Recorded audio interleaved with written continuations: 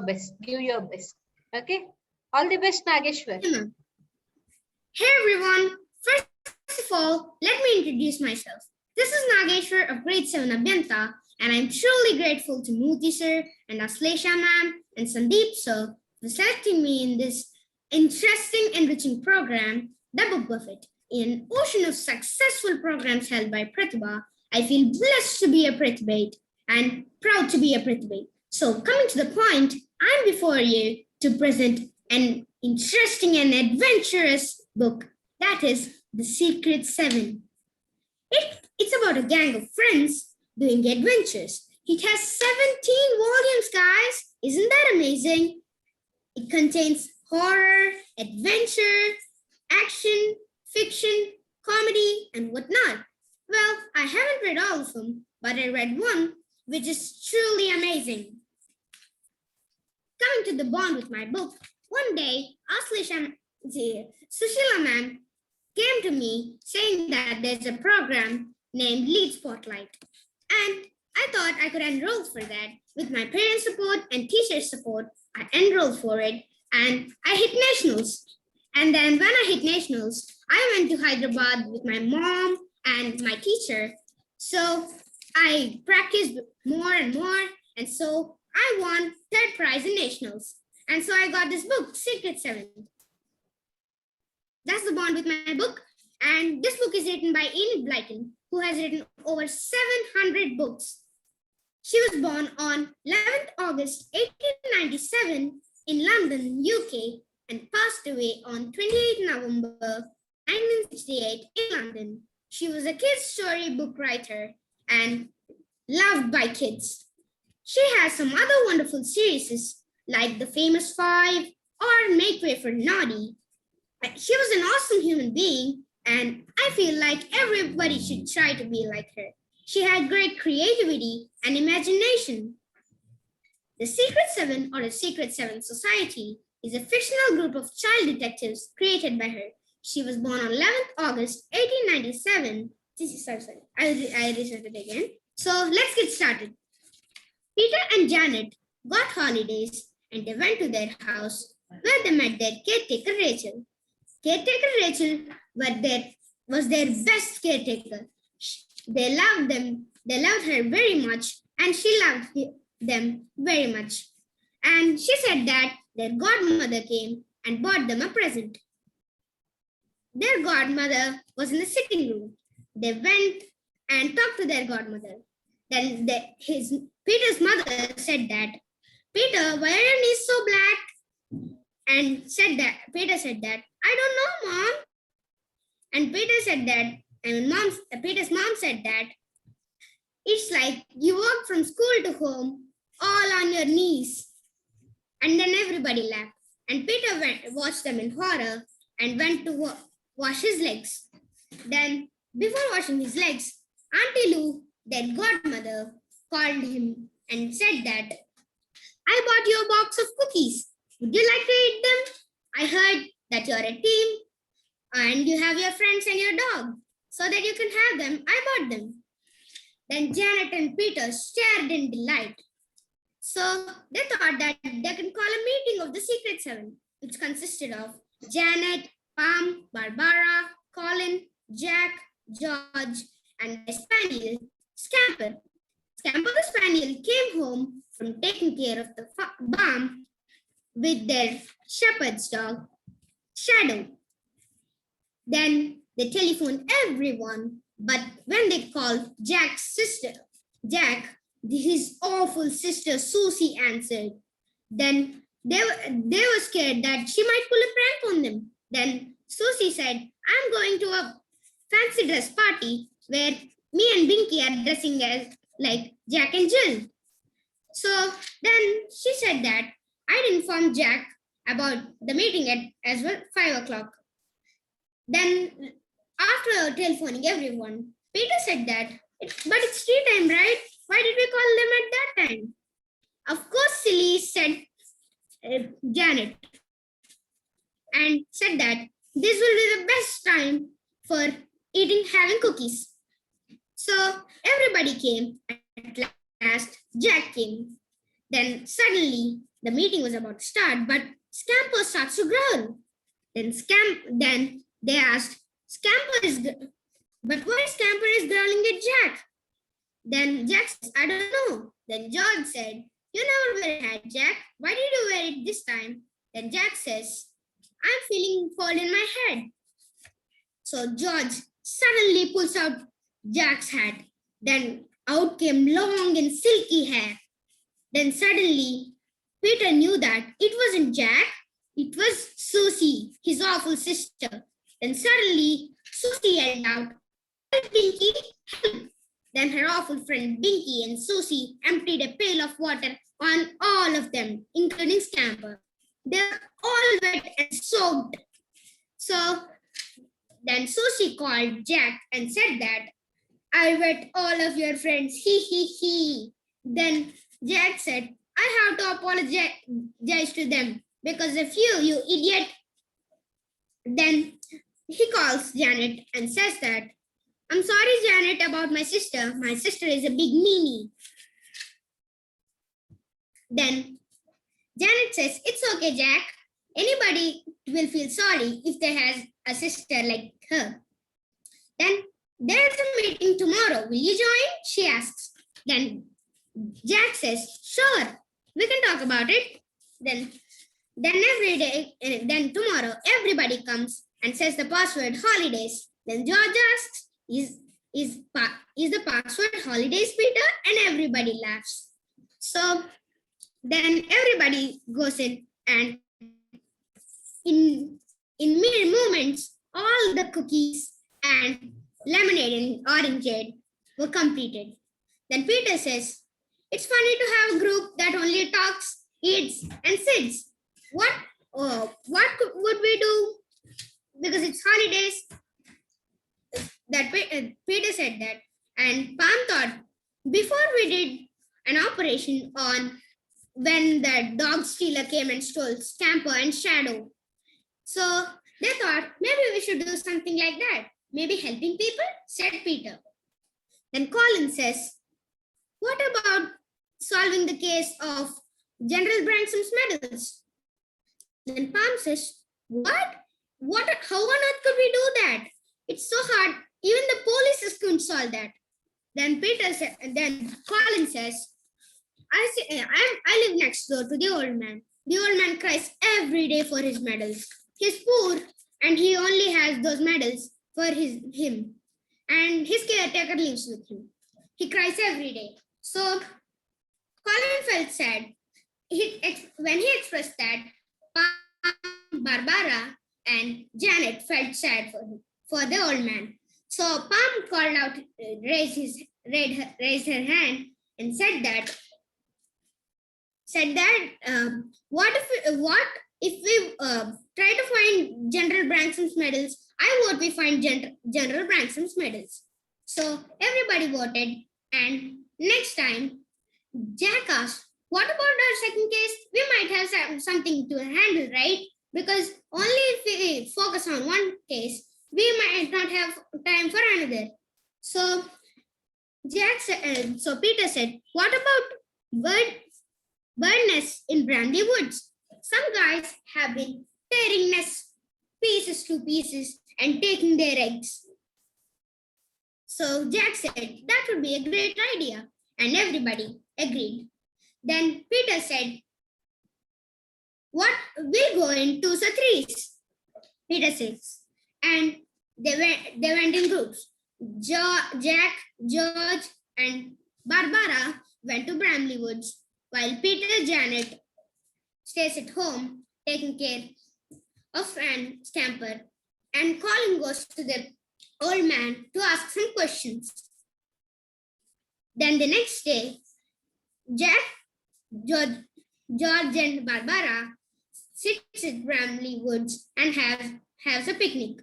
And then, meanwhile, near Colin's house, Colin threw a ball over the fence to the old man's house, and he goes in. Then the old man says, what happened, Colin? Why are you here? Then Colin says, I dropped a ball inside your house. May I take it? Then the old man says, No problem. It's no problem having good-mannered kids inside my house. Then the old man says, want to have some lemonade? Then Colin says, sure, why not? And they go in. Then he calls Emma and says, Emma, 2 glasses of lemonade and biscuits, please, he says. Then when they go in, Colin talks about the general's medals. Then general eyes welled out and flowed out like a river. He felt so sad. Then Colin felt really bad and told that I would find your medals, sir. Then the general felt so happy and hugged Colin tightly. Then Emma, the old man's caretaker, came and said that, sir, you rest for now. I'll talk to Colin about the medals. So the old man went to sleep and Colin was waiting in the kitchen for Emma to talk. Then Emma comes in and Colin asks, could you show me the case in which medals were there? So Emma bought the box and showed him. It was broken into pieces. And then Colin said, only someone with a small hand could do it, because someone would have to slide their hand into the box and open the hatch. So Emma said yes. And he went to his home, Colin went to his home and asked his mom for a few snacks. His mom says, you take tomatoes and onions and a few breads. If you want, there's shrimp paste in the fridge. You can make some sandwiches. And there are pastries in the fridge. So he grabbed a few snacks and ran away to Bramley Woods. Then, meanwhile, in Bramley Woods, they were having a picnic, right? Then suddenly there were 3 boys coming. Those 3 boys said that there's a nest there. There are 4 eggs. Can I take all of them? Then one boy says, no, take 3 of them, 1 for each of us. When he said that, the boy took 3 eggs, and while they were about to go, Jack, George, and Barbara went there and asked that, why are you taking those eggs? Taking eggs from a nest is a punishable offense. So then I'll show you what's a punishable offense. And he throws an egg on Jack. Jack's face came down with eggs. Then suddenly he got angry and he was about to beat them. Then the 3 boys bullied Jack, George, and Barbara. And those 2 boys sat on Jack and George. They said, run, Barbara, run. Then Barbara ran and ran and stopped at a point where she saw a man. That man said that, what's the matter? What happened? Then Barbara said, what happened? Then the man said, I'll help you. Take me there. Then the man goes with her. Then when the man went, he scared those 3 boys and said, I'll report you to higher officials. Get away. Then those 3 boys went away and Jack and George were free. Jack washed his face and sat on the picnic towel. Those 3 were having a picnic and invited the man for picnic too. Then the man asked, are you a club of nature lovers? He asked, by seeing their badges. We are a club of nature lovers, he said. And then they had a picnic. They ran out of food. Then suddenly the man took a large packet filled with sandwiches. He said, would you care to have some sandwiches? They said, yes. Would you tell me about the group? The man said. Then they said, yes, we'll tell you about it. Then they tell all about their group. Suddenly there was a voice. Jack, George, Barbara, he says. Then Jack says, that sounds like old Colin voice. Then they bring Colin in to their picnic place. And he says, who's your new friend? Then they say, he's the man who helped us from those meanie boys. Then he says, sorry for not introducing myself. I'm Tom Smith. You can call me Tom. Then when he said that, Then Colin said, I wanted to tell about General Branson. Then he said, Jack and George said, no problem. We told him about our secret seven. Then he tells that General Branson is so sad about his medals. He cried when I talked about the medals. I said that I'd find his medals, and I found a clue. Only a person with small hands could rob it. Then when he found that, Tom Smith asked, that's the only clue? Then he said, yes, it's the beginning of a case. Then Tom Smith said, I may have an idea about where the medals are. Tell us more, said Colin. Then when Colin said that, he said, okay, I'll tell you about it. Then when he said that, he said that one day, while he was sleeping under a tree and researching about owls, he saw a man with a large, slim box. It looked like a box which holds medals. Then Colin said, tell us more. Then suddenly, Tom Smith's face becomes villainous and voice becomes villainous. Watching it for me, he says, I'll take you there only if you give me 40 pounds of the reward and take 10 pounds. Then he says, no, we won't do anything like that because the general is poor and he has only his medals. Tell us or we'll report to the police, he says. Then I'll show you brats who's the boss, says Tom Smith. And he wakes up suddenly and takes hold of Colin's sleeve. And Colin slipped away and everybody ran. Colin said, run, he's dangerous, run. Then everybody ran to Peter's house. When they went to Peter's house, Peter wasn't there. There was Janet. When they asked about Peter, Janet said that he went with Daddy. He went with Daddy somewhere. He'll return at 3 o'clock. Then they waited till 3 o'clock and telephoned everybody of members of the Secret Seven. Then everybody came. At last Peter came and Peter said, what's the matter, guys? Why are you all here? Then they said that we got to tell you about what happened in the woods. Then they discussed what happened.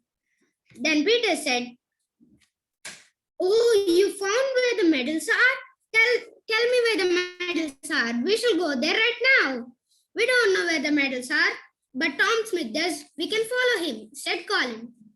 Then they followed Tom Smith to the woods. They had a plan. They went with Scamper the Spaniel.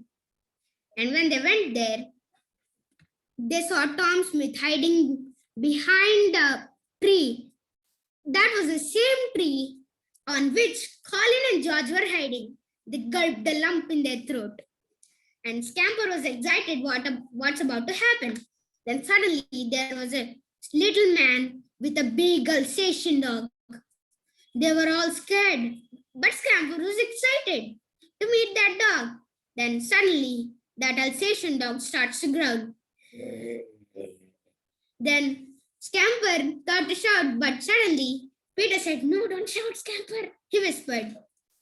Then Tom Smith leapt out of the tree and sat there. And he said, give me the medals, Willie, or you shall suffer the consequences, he said. Then Willie said, go ahead, take them from that woodpecker's hole. Then Tom Smith said, my great hand won't fit in. Give me the medals. He said, no, I won't give you the medals. Go, Nabber, go and attack with Tom Smith. Then Tom Smith was scared. And suddenly Nabber leapt on Tom Smith and was about to bite him. Then suddenly Scamper came out and shouted. Then Willie said, get that dog. Then Scamper and Nabber starts to run. Then Tom Smith came and kicked Scamper. Tom Smith came and kicked Scamper. The Scamper felt very sad. Then Peter and Janet leapt out of the bushes and asked Scamper, are you hurt, buddy? Then Willie and Tom Smith were shocked to see kids at this hour. Then all the Secret Seven members leapt out. Then when they were shocked, what happened? Why are these kids here? Then Willie said, round up these kids. But Palm went and took out that box and slipped the medals to Peter and took out that empty box and dropped it on the land. Then Tom came and took the box and Willie went after him, telling that, never take care of these kids. Don't let them go. Then suddenly, they were waiting and waiting for 1 hour. There was 2 bicycle sounds. Then who would be bicycling at this hour? They thought. The neighbor showed his teeth. Then they were scared. Why is this neighbor showing his teeth? Even if we talk, cried Jack. Then the sounds came nearer and nearer. It was Jack, it was Binky and Susie. Then Susie came and asked, what's happening, Jack? Trying to do something again? He says, I'm gonna poke you. She says, see, there's an Asian dog. It might bite you, he said. Then Jack said, call the police. Tell them there's an Alsatian dog. It's really scary. It might bite them. So tell them to bring forces. Then after a few minutes, the police has come and there is a big van from which 2 Alsatians dropped out and there came a man holding them. Then man said, hey dog, hands up. Then Peter and Janet said, are they going to hurt neighbor? Please don't hurt neighbor. They said, we won't hurt neighbor until he behaves wildly, they say. And suddenly, those 2 dogs growl and shout. Woof, woof, woof, they shouted on neighbor, and neighbor shouted too. And when neighbor shouted, those two dogs shouted wildly and caught hold of neighbor. And they took neighbor inside and made him a police dog. And then they went searched all over city and out of an inn.